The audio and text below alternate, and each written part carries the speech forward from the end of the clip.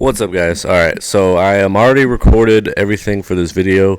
I recorded the Squidward suicide and the other CreeyPasta, but I'm putting it into Sony Vegas right now, and I wanted to just record something real quick that's going to go at the beginning.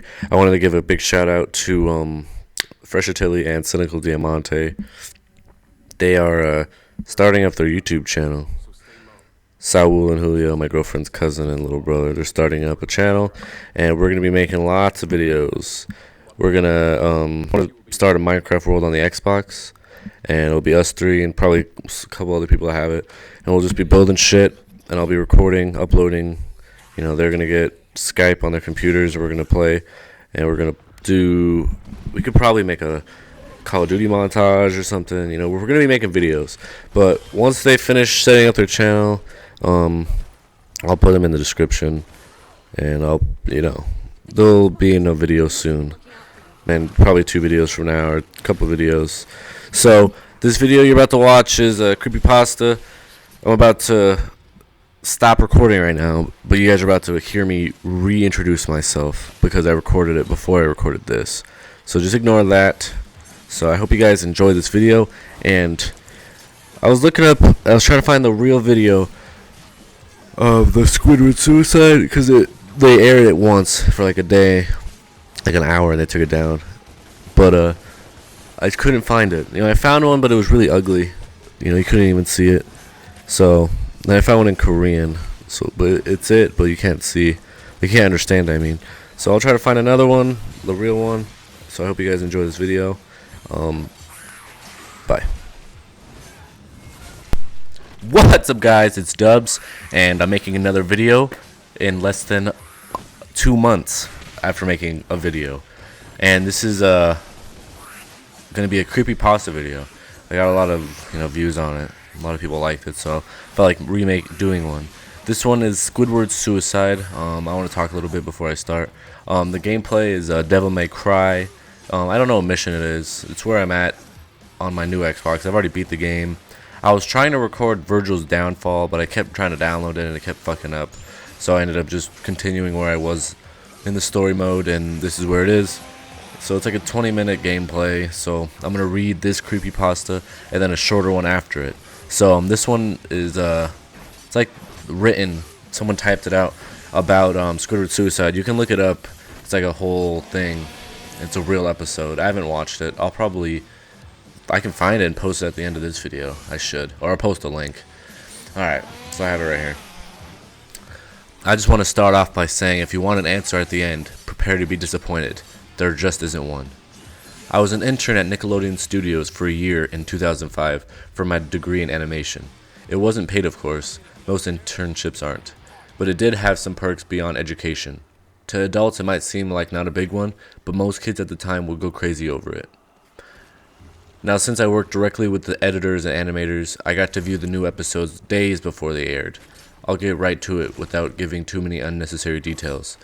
They had very recently made the SpongeBob movie, and the entire staff was somewhat sapped of creativity, so it took them longer to start up the season. But the delay lasted longer for more upsetting reasons. There was a problem with the series 4 premiere that set everyone and everything back for several months. 1 second.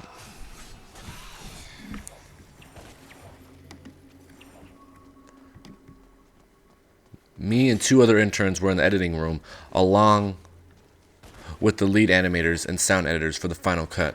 We received a copy that was supposed to be Fear of a Krabby Patty and gathered around the screen to watch. Now, given that it isn't final yet, animators often put up a mock title card, sort of an inside joke for us, with phony, oftentimes lewd titles such as How Sex Doesn't Work instead of Rockabye by Valve. What? When SpongeBob and Patrick adopt a sea scallop. Nothing particularly funny, but work-related chuckles. So when we saw the title card, Squidward's suicide, we didn't think it more than a morbid joke. One of the interns did a small throat laugh at it. The happy-go-lucky music plays, as is normal. The story began with Squidward practicing his clarinet, hitting a few sour notes like normal. We hear SpongeBob laughing outside, and Squidward stops. yelling at him to keep it down as he has a concert that night and needs to practice. SpongeBob says okay and goes to see Sandy with Patrick. The bubble splash screen comes up and we see the ending of Squidward's concert. This is when things begin to seem off. While playing, a few frames repeat themselves, but the sound doesn't. At this point, sound is synced up with animation, so yes, that's not common. But when he stops playing, the sound finishes as if the skip never happened. There is slight murmuring in the crowd before they begin to boo him. Not normal cartoon booing that is common in the show, but you could very clearly hear malice in it. Squidward's in full frame and looks visibly afraid. The shot goes to the crowd with SpongeBob in center frame, and he too is booing, very much unlike him. That isn't the oddest thing though. What is odd is everyone had hyper-realistic eyes, very detailed. Clearly not shots of real people's eyes, but something a bit more real than CGI. The pupils were red. Some of us looked at each other, obviously confused, but since we weren't the writers, we didn't question its appeal to children yet. The shot goes to Squidward sitting on the edge of his bed, looking very forlorn. The view out of his porthole window is out of a night sky, so it isn't very long after the concert. The unsettling part is at this point there is no sound, literally no sound. Not even the feedback from the speakers in the room. It's as if the speakers were turned off, though their status showed them working perfectly.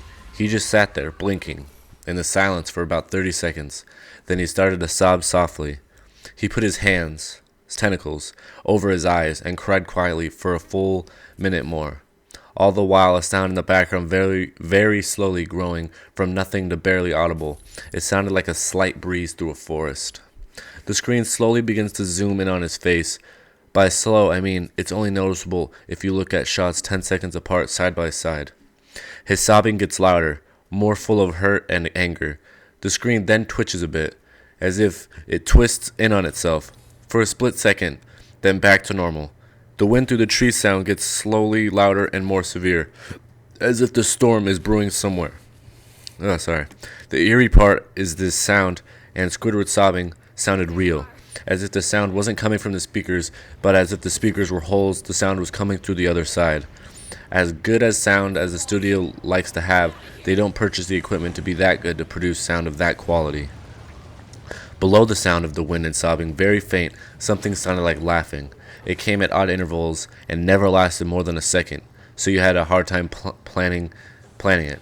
We watched this show twice, so pardon me if things sound too specific, but I've had time to think about them. After 30 seconds of this, the screen blurred and twitched violently, and something flashed over the screen, as if a single frame was replaced. The lead animation editor paused and rewound frame by frame. What we saw was horrible. It was a still photo of a dead child. He couldn't have been more than 6. The face was mangled and bloodied. One eye dangled over his unturned face, popped. He was naked down to his underwear. His stomach cruelly cut open and his entrails laying beside him. He was laying on some pavement that was probably a road.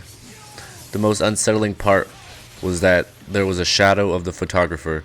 There was no crime tape, no evidence tags or markers, and the angle was completely off for a shot designed to be evidence. It would seem the photographer was the person responsible for the child's death. We were of course mortified, but pressed on, hoping it was just a sick joke. The screen flipped back to Squidward, still sobbing, louder than before, and half body in frame. There was now what appeared to be blood running down his face from his eyes. The blood was also done in a hyper-realistic style. Looked as if you touched it, you'd get blood on your fingers. The wind sound now as if it were that of a gale blowing through the forest. There were even snapping sounds of branches, the laughing, a deep baritone, lasting at longer intervals and coming more frequently. After about 20 seconds, the screen again twisted and showed a single frame photo. The editor was reluctant to go back. We all were, but he knew he had to. This time the photo was that of what appeared to be a little girl, no older than the first child. She was laying on her stomach, her barrettes in a pool of blood next to her. Her left eye was too popped out and popped, naked except for underpants.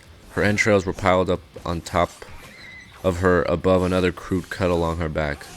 Again the body was out on the street and the photographer's shadow was visible. very similar in size and shape to the first. I had to choke back a vomit, and one intern, the other female in the room, ran out. The show resumed. About 5 seconds after this second photo played, Squidward went silent, as did all sound, like it was when the scene started. He put his tentacles down, and his eyes were now done in hyperrealism like the others were in the beginning of this episode. They were bleeding, bloodshot, and pulsating. He just stared at the screen, as if watching the viewer.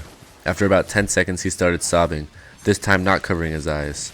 The sound was piercing and loud, and the most fear-inducing of all, his sobbing was mixed with screams. Tears and blood were dripping down his face at a heavy rate. The wind sound came back, and so did the deep voice laughing, and this time the still photo lasted for a good 5 frames. The animator was able to stop it on the 4th and backed up. This time the photo was of a boy, about the same age, but this time the scene was different. The entrails were just being pulled out from a stomach wound by a large hand. The right eye popped and dangling, blood trickling down it. The animator proceeded it. It had hard... What the heck? These periods. It was hard to believe, but the next one was different, but we couldn't tell what. He went on to the next. Same thing. He went back to the first and then played them quicker, and I lost it. I vomited on the floor. The animating and sound editors gasping at the screen. The 5 frames were not as if they were 5 different photos. They were played as if they were 5 frames from a video. We saw the hand slowly lift out the guts. We saw the kid's eyes focus on it. We even saw 2 frames of the kid beginning to blink. The lead sound editor told us to stop. He had to call on the creator to see this. Mr. Hillenberg arrived within 15 minutes. He was confused as to why he was called down there. So the editor just continued the episode. Once the few frames were shown, all screaming, all sound again stopped. Squidward was just staring at the viewer, full frame of the face, for about 3 seconds. The shot quickly panned out, and the deep voice said, "Do it!" And we see in Squidward's hands a shotgun. He immediately puts the gun in his mouth and pulls the trigger. Realistic blood and brain matter splatters the wall behind him and his bed, and he flies back with the force. The last 5 seconds of the episode show his body on the bed, on his side, one eye dangling on what's left of his head above the floor, staring blankly at it. Then the episode ends. Mr. Hillenberg is obviously angry at this. He demanded to what the heck was going on. Most people left the room at this point, so it was just a handful of us to watch it again. Viewing the episode twice only served to imprint the entirety of it in my mind and caused me horrible nightmares. I'm sorry I stayed. The only theory we could think of was the file was edited by someone in the chain from the drawing studio to here. The CTO was called in to analyze when it happened.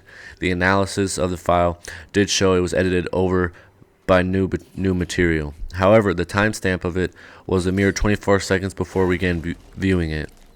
All equipment involved was examined for foreign software and hardware, as well as glitches, as if the timestamp may have glitched and showed the wrong time. But everything checked out fine. We don't know what happened, and to this day, nobody does. There was an investigation due to the nature of the photos, but nothing came of it. No child scene was identified, and no clues were gathered from the data involved, nor physical clues in the photos. I never believed in unexplained phenomena before, but now that I have something happen and can't prove anything about it beyond anecdotal evidence, I think twice about things. Alright, so that was weird. I'm gonna go watch the video, and I'm gonna find another creepypasta, and I will read it. Alright, I'm back. I found this other one. Alright. Cat sat alone on her couch, shoveling popcorn into her mouth. She stared at her TV, tied to an suspense of the movie. The sky darkened as the sun approached the horizon, hidden behind the ocean of the trees her house lay among. One lone tree stood in the center of her yard, visible through the living room window. A menacing presence filled the air, yet to make itself known. Kat was glued to her movie, but still able to catch a glimpse of the black object aimed at her door. Thud! Kat jumped, startled by unexpected disturbance, spilling the popcorn. "What the hell?" she whimpered, approaching the door. The doorknob was cold in her hand. Her heart pounded in her chest. The hinges squeaked as the door creaked open. A rush of cold air washed Kat's face as her eyes scanned the dim yard. Nothing could be seen. Nothing made a sound. She slowly shut the door, then cleaned up the popcorn. She had just sat down when another black object hit her door with a loud thud, louder thud than before. She looked at the tree in the yard, almost certain she saw what threw it. Kat sat there watching the tree, waiting for something to happen. It's just some kids, she thought. Nothing to worry about. She quickly made herself comfortable and began to turn on another movie. Minutes passed and another thud shattered the silence, shaking the door. Kat raced for the lock and quickly shut the blinds. They'll go away, she said, but grabbed a knife to calm her nerves and give her a sense of security. Tap, tap, tap. She heard light pecking on the living room window. The pecking grew louder, faster. She froze there in place, staring at the windows as the tapping became more profound. She was afraid to investigate, but brave enough to stand her ground. Her home was small, and every hiding place would be too predictable. Besides, she didn't want to hide. She wanted to see it coming instead of cowering in fear. The tapping suddenly stopped. Kat slowly made her way to the door and put her back to it. A shadow eclipsed the light from the window atop the door. She stood just out of sight, holding her breath. With her back pressed against the wood, she could feel it knocking. 3 times, softly. Kat could hear the galloping beat of her heart in her head. Her anxiety raced to the peak. 3 more knocks hit the door, harder this time. "Let me in," a hoarse whisper slipped through the door and into Kat's ears. She bit her lip, tears filling her eyes. Another 3 knocks erupted, furious now. "Let me in," a now angry voice ordered. The knocking didn't cease. It grew harder as the voice grew louder. "Let me in! Let me in! Let me in!" The knocking grew so fierce it could have shattered the door. Tears leaked from her eyes. "What do I do?" she thought. "Should I open the door?" The knocking was more than she could bear. I know you're in there, Kat," it said. Her stomach twisted, her breath caught in her throat, and tears now streamed down her face. "Go away!" she shouted finally. "Let me in!" it screamed in response. "Leave me alone!" she cried. The voice and the knocking echoed in her head, making her more nauseous than before. Reaching the lock hesitantly, she sucked up her tears and held the breath, unlocking the door and throwing it open. Nothing was there. The tree stood in the yard, unmoving. No wind, nothing. She shut the door, shaking in fear. With the click of the lock, the room grew cold, goosebumps covering her skin. "Thank you for letting me in," a voice whispered from behind.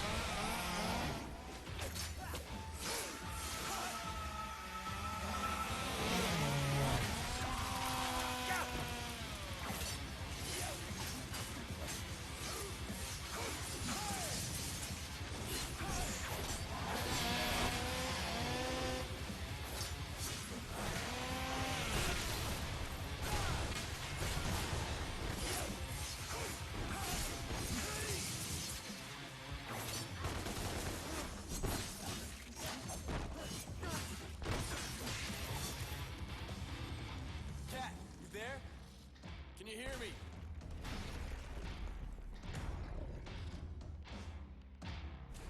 Who invited you, fat ass?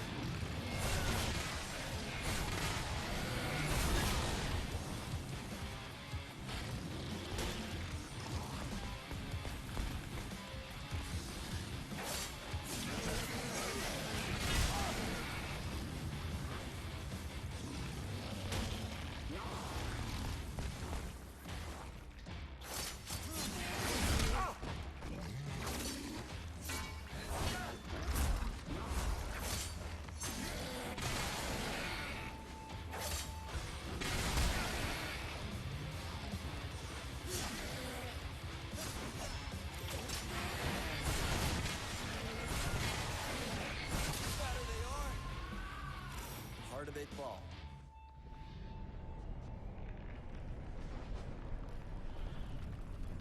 Dante, it's chaos out here, but I found a way out. Where? Up there, I marked it. Dante, run! I am running.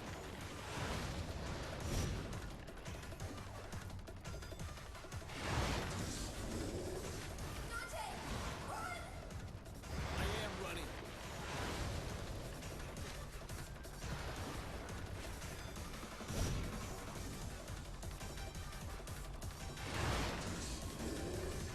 Dante, run! I am running.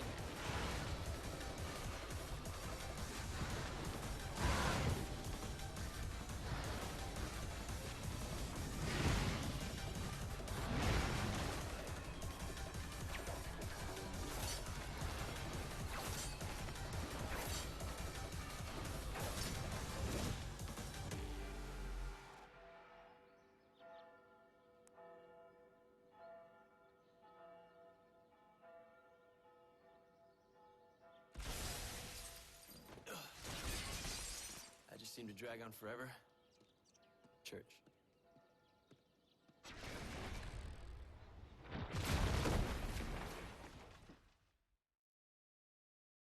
The police have released footage of the terrorist responsible for the